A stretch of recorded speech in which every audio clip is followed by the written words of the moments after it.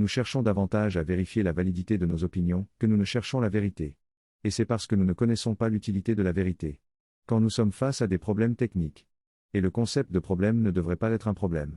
Nous n'avons pas le choix, nous sommes obligés de chercher la vérité, car elle seule permettra de résoudre le problème technique. Qu'est-ce que la vérité ? C'est simplement l'autre nom pour désigner une information juste à propos de quelque chose, une connaissance juste au sujet de quelque chose. Une information juste qui permet donc de rendre efficaces les décisions et les actions. D'atteindre la résolution du problème. Comment faire pour rendre potable l'eau de la rivière, comment faire pour soigner une crise de paludisme, comment s'y prendre pour éradiquer l'invasion de termites.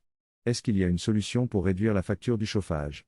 En général, nous sommes pragmatiques devant les problèmes techniques, et nous savons résister à la puérile tentation de faire valoir nos opinions, parce que nous savons qu'il existe des connaissances et des informations justes devant lesquelles nous devons nous incliner, par rapport auxquelles nous devons aligner notre intelligence. Quand viennent les questions relatives à des choses que nous considérons comme spirituelles ou philosophiques.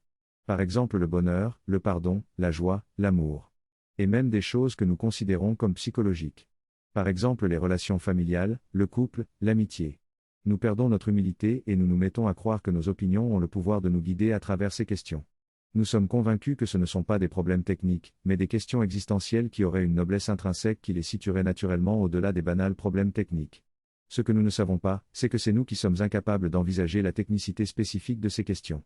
Qui sont des problèmes, c'est-à-dire des configurations du réel que nous avons tout intérêt à modifier et à transformer. Ou des germes du réel que nous devons apprendre à développer et à réaliser. Les problèmes que nous qualifions de techniques, ne sont pas des problèmes techniques. Nous les qualifions de techniques, parce que nous sommes capables d'envisager la dynamique concrète des objets du réel qu'ils concernent. Ainsi d'un évier, d'un organe biologique, d'un traumatisme crânien, d'un moteur de voiture, d'un programme informatique. Lorsque nous n'avons pas appris à envisager la dynamique concrète des objets du réel qui ressemblent à de pures abstractions, nous croyons que nous sommes alors devant des choses sans technicité interne.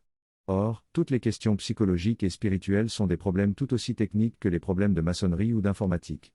C'est seulement nous qui ne savons pas penser le type d'objet que R présente des choses comme le bonheur et l'amour, la paix et la confiance.